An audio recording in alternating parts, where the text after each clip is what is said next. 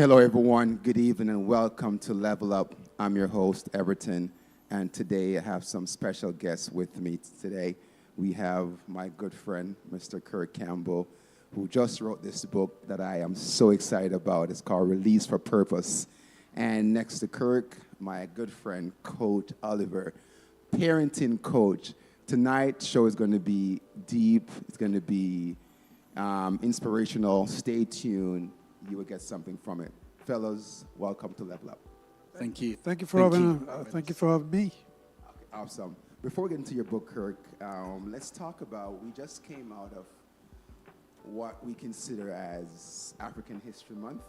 Some would say Black History Month. I know for you, Coach, the word Black History for you is not the way you see it. You see it as a cultural month. Tell us why you don't see it as Black History Month.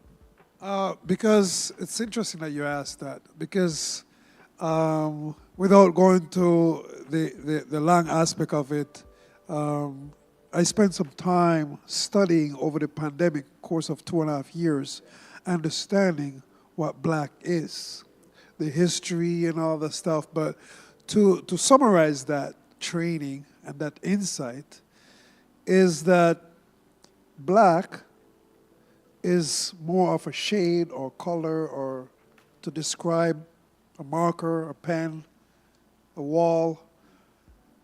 And the most important thing, we talk about identity. So when we, as people, identify as a color, as a shade, we already lost our identity. And we already know you can be successful when it comes to money and all these things, but you can't truly know your purpose and understand and be successful in who you are, who you want to be, without having an identity and a true purpose in terms of your direction. In other words, putting a label or putting a color to it limits Big time. me from seeing my true potential. Limiting beliefs. Big time. So that's why, and obviously I'm not offended if people say Black, because I understand that they're not at those levels, because I can't be. So I say Afrocentric Month, and I say different things. And if there's an organization called like BSA, Black Student Association, I call it Black Student, I call it BSA, right? Because I understand. But again, most people are not really on the level of understanding that, and I can't, default them from doing that. So, but me and my family, we don't identify ourselves as Black, right? Either Jamaican, Afrocentric, right, or just who we are as people, as culture. And if you look around, no other culture identify themselves as a color. And then you can put a color on them, but they don't identify themselves as such color. Culture. Culture, yes. Speaking of that, let's take it one step further, and Kirk, you can jump in. As we celebrate, Black History Month, African History Month, or Cultural Month, let's talk about fatherhood within our community. One of the things that the perception out there is, when it comes to our community, is a lack of fathers. But on the other hand, there is dads who are doing great things out there with their sons or daughters. It's just that we don't talk about it enough. We talk about the negative aspect of it, Kirk, more than the plus side of it. What do you say about that? Absolutely. And there are times when we make it color, and I understand the sensitivity in our community. Over the last 20 years, I do volunteer in prison ministry, and I can assure you that we have a good representation across the board with all ethnicity that's in prison. And these men are not being able to be on the outside being supportive of their children. And I will never forget it. I asked one lad, how many children do you have? And he wasn't a Black guy. He had 5 kids, and he couldn't tell me their age. Wow. All he knows that he has 5 children, but he couldn't tell me their age. So yes, indeed, we do have that as a challenge in our community. And I think one of the things that we can do, especially Black men who are there, who are present, It's one thing to be around, but to be present, to be supportive, to be caring, to be there for their children. We ought to highlight that and continue to encourage that with other black men or men that out there who are struggling. And there are times when, if we trace the root cause of some of these issues, sometimes these men are having children and they themselves never had a father who was present, that was able to show them the way, to mirror, to model that in front of them. So unfortunately, there are times when they're perpetuating that lived behavior. And for some of us who have been fortunate, in my case, I've had a dad. My dad is no longer here, but I can always remember his love, his care, his support for me, and he was my world. And I try to be the same thing for my two sons, Luke and Liam. So yes, it's an issue in our community.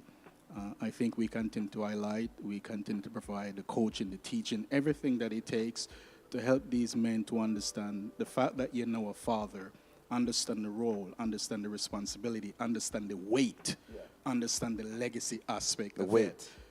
So, and we could go deeper and deeper, but yes, it's indeed an issue in our community, but I can tell you across the board, when I go to prison, I see every color, every ethnicity, and all of these men are not outside supporting their children.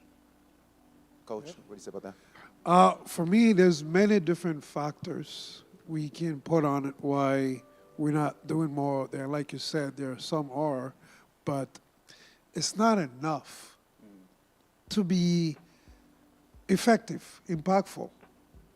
And one of the things that I looked on, and I remember when this shift happened, and this is not a blame or anything, this is just putting a finger and so giving some insight when the shift happened, where whether it's a culture shift in terms of the music industry, paint a certain picture, single mothers was a big thing, and they embrace themselves in that. So, and that culture shifted and it continued to go uphill. So what happened where if that shifted, it's a cultural shift. And it's not talked about when it comes to male, like fathers. What are they doing? What's happening? So that culture shift takes over and kind of, when a culture shifts, it shifts everything because now you're directed to that and it's overpowering. You have women movement, you have this movement, and that's fine. I'm not saying nothing about that. We need that because women has their issues too.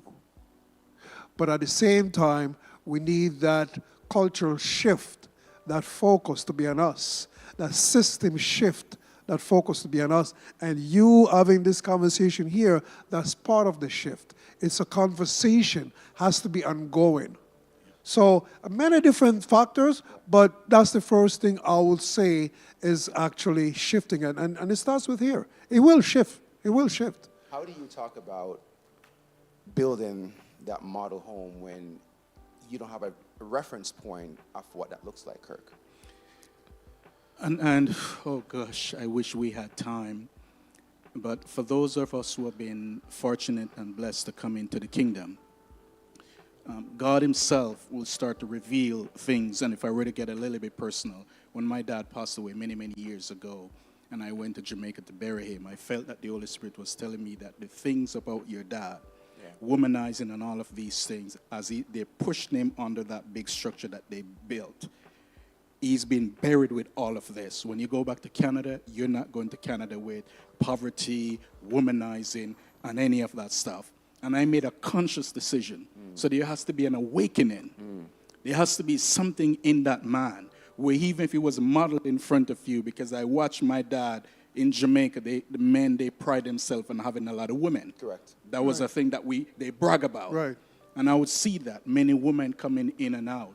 And I made that conscious decision when I came to Christ, that God helped me to be faithful and loyal to the woman you blessed me with, and that I want to have children with one woman. And I thank God to this day, even if someone were to call my name, we probably would laugh at them. I have two beautiful sons with my wife. We've been married for 23, 24 years now. So I think there has to be an awakening, a consciousness to that man, especially if he knows Christ. that I'm now modeling, I'm mirroring Christ and his identity in my life. And I'm not following all of these things you talked about, you know, the pressure of our culture.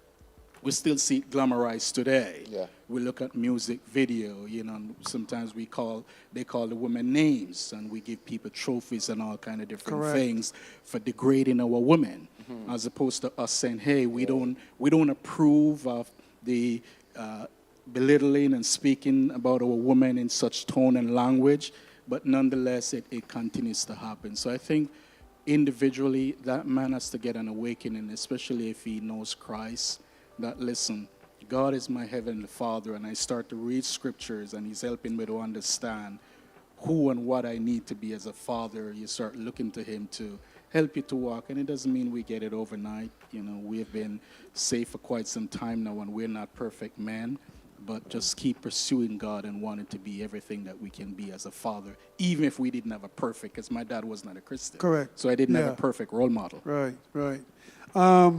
When you said reference points, and this conversation came up with a young lady today, I'm going to piggyback off what you're talking about in terms of faith and all this stuff.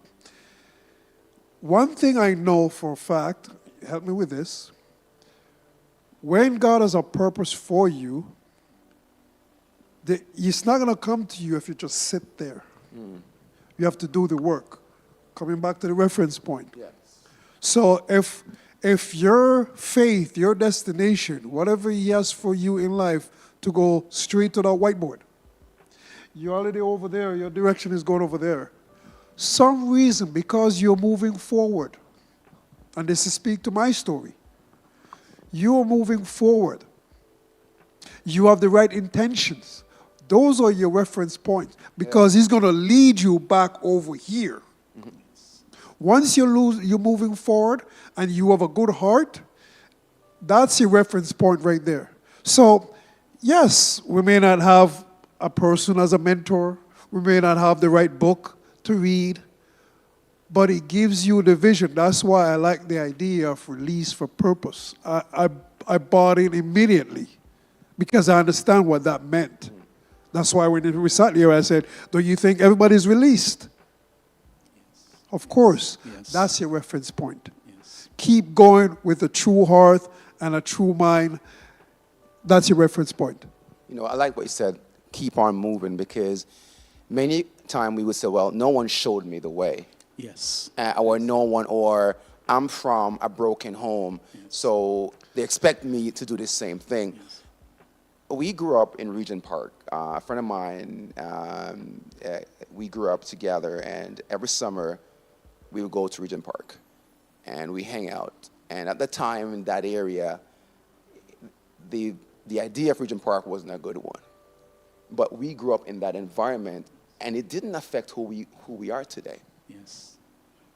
Correct. Didn't affect who we are today. So I do believe that you may not have a model to show to build something, but if you have in yourself want something for yourself better, to what you're saying, that God would lead you to places, and then those are your reference points. And then you may fail along the way, but then you learn something in that failure and keep on moving forward. So the key thing that you said is keep on moving. Keep Correct. on doing. And by doing something more than what you're doing now, it will get better. How do you talk about, I'm raising teenage boys, I was talking about Cultural Month and our community, raising boys in this time, teenagers, is challenging, especially when, as a Caribbean father, Kirk, the way that I was raised, and I'm trying to raise my son the same way, and coach, it's not working, and we're clashing. Yeah. And so this is where we are at a crossroads too as well. And you can talk about that, so go ahead, talk about that, coach, and then Kirk after. It's a clash. It's not going to work. And because we were raised in an era where it's authoritative, that served purpose Yeah. in that area. I can't say nothing about, oh, my mom raised me. Because she did what she had to do Yeah. with the resources that she had. Yes, that she had, yes. Very well. I can look back at it and say, well, it caused a lot of traumatic experiences, which are facts. But I learned a few things. That's back then. We can't take that same mentality to today's world, because today's world, guess what? There is authoritative mindset, and this is a liberal mindset. So we are raising them in our world while they're in this world. Interesting. That's where the disconnection is. So if we were to dive into their world, we're still a parent, don't get me wrong. We're in their world. We understand the climate. We did our research. Even if you have to do your research, like we talk about references, you want to do well. That's how I got to this point as a parenting coach, where I really want to be the best dad ever. And then that turned into, I want to be the best husband ever. And those two aligned, it was game over. And I didn't know what I was doing. All of a sudden, this person came in my life, gave me a book. All of a sudden, this person came in my life, give me a book. It's almost like how the neural pathway works. You know when you just bought a new car and you think it's unique? By the time you drive, you see the same car all over. Because now you're aware. It's the same thing as reference points. You're aware. You're in a zone. So you are looking for that. There's something called, quickly, because I want to get your take on this. There's something called vacuum law of prosperity. Where that book is, you cannot put anything there until you move that book. It's a vacuum. Every time you vacuum something, the moment you move, there's dust developed. So in order to understand what's happening, you have to get rid of the old mindset to make room for the new resources in today's world. I like that. That's deep. I like that. Yes, in today's world. That. And that's where the disconnection. I want to get your input. I like that. Now, I'll quickly share, and Everton knows the story because I shared it with him. One night we're having devotion, and we called the boys down, and they were taking forever, and I lost it. And when I say I lost it, like I went Jamaican, I went patois. And because I'm thinking I'm defending God's honor. Yeah. And only to be convicted shortly after that the wrath of man does not work the righteousness of God. Oh, my word. Here is it, I'm thinking that I'm defending God's honor. Yeah. Only for God to be saying, son, I know you're getting upset with your boys, but you must understand you've been walking with me for over 20 years. They're just coming into their faith, your level of maturity and where they are. Right. So you ought to be understanding and not trying to have them to be as mature in me the way you are. like that. That's Correct. walking with me. Correct. Because I carried on like a fool in front of my wife, I apologize to both my boys in front of her that I'm sorry for the way how I acted, forgive me and so forth. And what I learned out of that, we have to understand where our children are. Yeah. And trying to get into their world as much as possible, and they will allow us. And try to understand the language that will appeal to them. There are times we could get the same result, but a different tact and approach. We're coming from that place. My dad would say, any day the clock strike 12. I didn't want to know what it meant. I grew up with that fear in my Same head. thing. I never want the clock to strike. But I wasn't courageous enough to ask him, like, what does it mean? If the clock were to strike 12, like, what would happen to What's going to happen? Right. But we don't want to know. We don't want to so we have to be at a place where we are able to talk to our children and sometimes talk less and listen more. Hey, hold on. Can you say that louder? Hey, go ahead. Can you say that louder? Keep in mind, I have not mastered this. Please let it not be said. I'm learning now, and I've been fortunate. My son is now in first year of uni, and every Saturday when I go and I pick him up and we're driving back, son, tell me about university, the experience, what is it like? And I just listen, and for 1 hour, Wow. I'm learning things about my son now at 18 that I didn't know even 4 years ago, 3 years ago. My son taught me that. And I'm realizing that you need to talk less and listen. maybe probe and ask a question, and don't correct. Sometimes we're quick, we want to correct. We're quick to want to show our blueprint, our model, but there are times when we're better off in probing a little bit. Son, why do you see it this way? Why is it you would approach it this way? Share with me, if I were to do today, what would you recommend? You know, Kurt, let me just back you up because we're going to jump into something else. I just want to jump on that. My son taught me that, how to listen, because I was always talking. And as parents, my motto is talk, and they listen. And one day he said to me, Dad, you don't listen. Wow. And I'm like, I'm the parent. You should. And then he got me off guard. And when I start implementing that, I'm getting more from him. Because we were always talking as parents. And they should listen. He's saying, Dad, but I want to speak too. And you listen. And as a parent, it was hard. But he was right. And today I've seen the relationship with my son have grown. Because now, as you said in the car, I'm like, okay, what's up? How's your day? Yep. And let him talk. Yep. And wrap this up quicker because you're going to go in something else. Correct. It's called connection before correction. Connect. Oh man! Yeah, connect with them. So you know what? We're going to continue this conversation. Honestly, I'm looking forward to us continuing the conversation. This is something that we definitely can continue.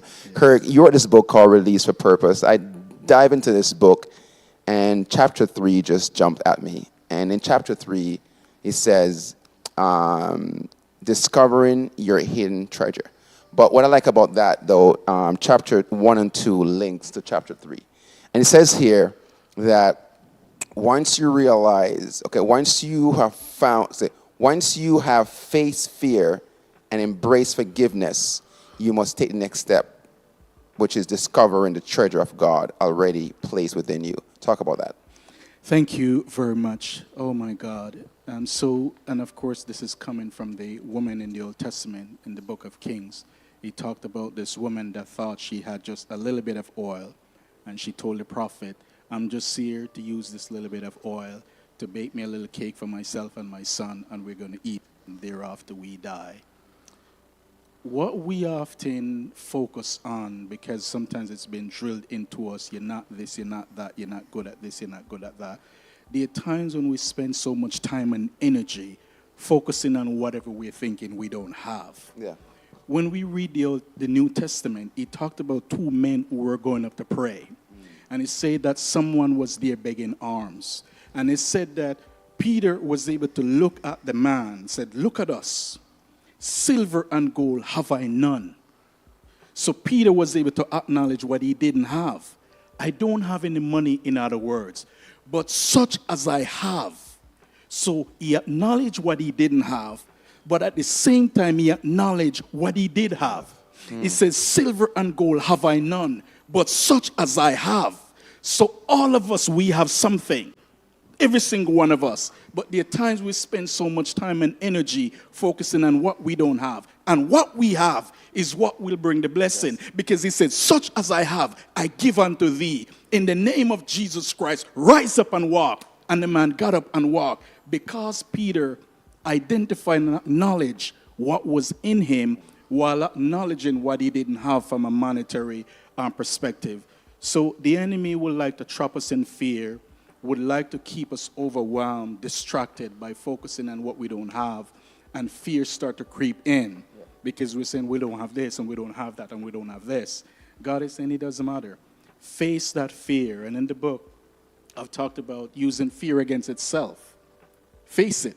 Yep. The F, just face it. Yeah. Yep. Just acknowledge and figure out the evidence. Yeah. Trace the evidence, the E. What's the evidence of that fear? Assess the situation. And then just keep repeating the model, the process, the system. Because sometimes when we talked outside about the process, this great man, he talked about the process. The first time you do it, it might not work. It doesn't mean it's a failure. Jesus prayed for a man, spot and dirt, put it on the man's eyes, and it said that the man didn't see. The man said, I saw men walking like trees. And Jesus did it again, and the man got his sight, and he saw perfectly. So, again, I wish we had more time to really go deeper in the book. It's built on what I call the REACH framework. And the reach is really that pragmatic, practical framework. Every letter is building up on the framework. R is to recognize. E is to embrace. A is to assess. C is to choose. And of course, H is hope. Because in this life, hope is the gasoline. Hope is the fuel. Hope is what will keep us going. Because there will be discouragement. There will be disappointment. There will be lack of support. And you'll be tempted to want to give up because maybe you're not getting the support. But that hope will just keep sustaining you, keep propelling you, keep pushing you. Oh my goodness, I could I talk know. about You this know what? book I forever. understand. I'm going to get Coach to jump in. Coach, I know you haven't read the book yet, but this Hey, I like that yet. Yeah, I know you're going to read it, but chapter 3 really got me. It says, discovering the hidden treasure. Because as Kirk said, sometimes we're walking around and we are told what we're not so often, Kirk. Yes. Talk about that, Coach, like from your perspective. And, hidden and, it, treasure. Go and it ahead. comes deep from the belief system. Deep from the belief system. And obviously, there's many things that cause that. You know, I'm always going to the root where wherever you're raised, your primary caregiver, like the belief system.